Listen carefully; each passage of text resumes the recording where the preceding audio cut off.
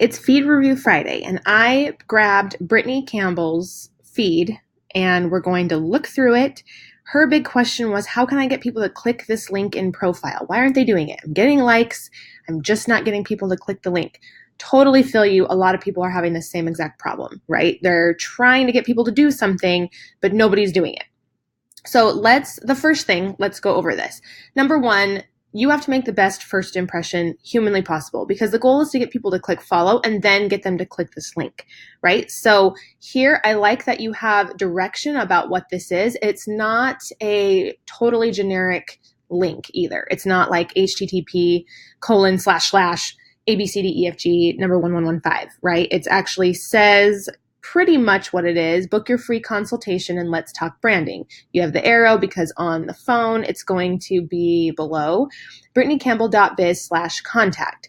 I would try making this a little bit more actionable, not just contact, because when people are like, I need to contact Brittany, they don't say I'm going to contact Brittany.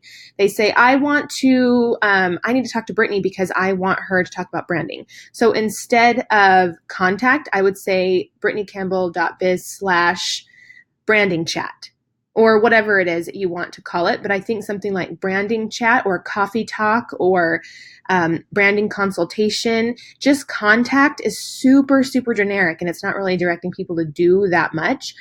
Also, I would probably give a little bit more inviting call to action.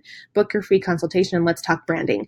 That is also very generic. I would give it something where you're really benefit focused. So I would say something like, book your consultation with me. This is really long, so we're gonna have to shorten it up, but something that has to say book your consultation with me and get more clarity around how to talk about your brand, or book your coffee chat and let's elevate your brand together, or book your coffee chat and get your 3 top branding questions answered. Something along those lines.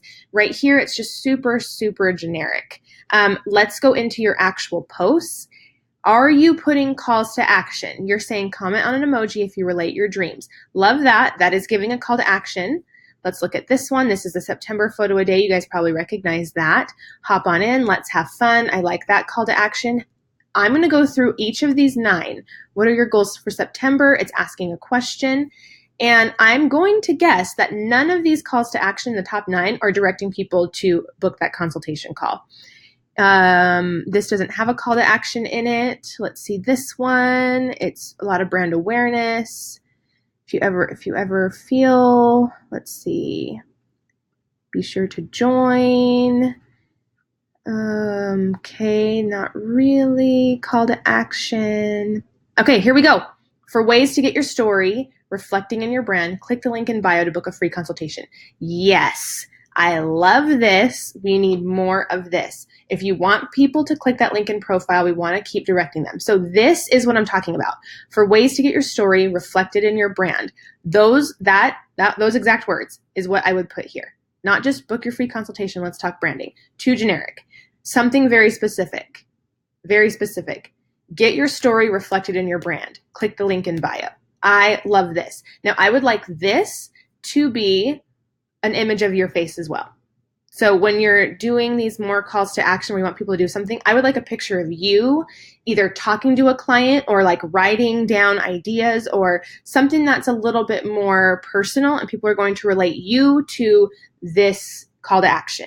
I do like this. I love this quote. That's awesome. But more, I would also like your graphics more reflective of you and your brand. I think that's one thing that I would say is I don't see a whole lot of what your brand actually is. I would put more things like your mood board, more graphics that are more geared to you and your brand. So let's actually click on that and make sure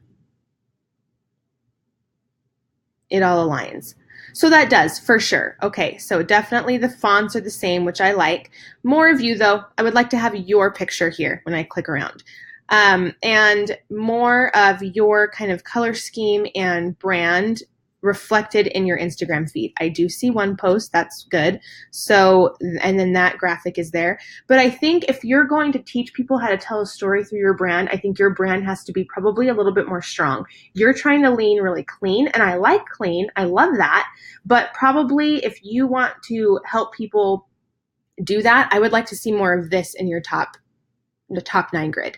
More graphics, including your brand colors, and then maybe pictures of you in your brand colors as well, right? So pictures of you, love it, but they have to also make sense and fit your brand. So I like the black and white. I think that's cute, but more pictures of you doing your job, doing work, talking to clients, writing things down, creating mood boards, maybe mood boards that you create for clients, things like that. So people know that when they click this, they know what they're getting with you.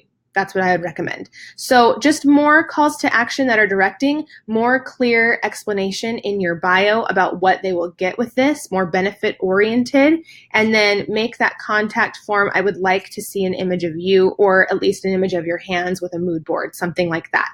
So people can get just like an elevated experience when they're going through these motions that you want them to go through.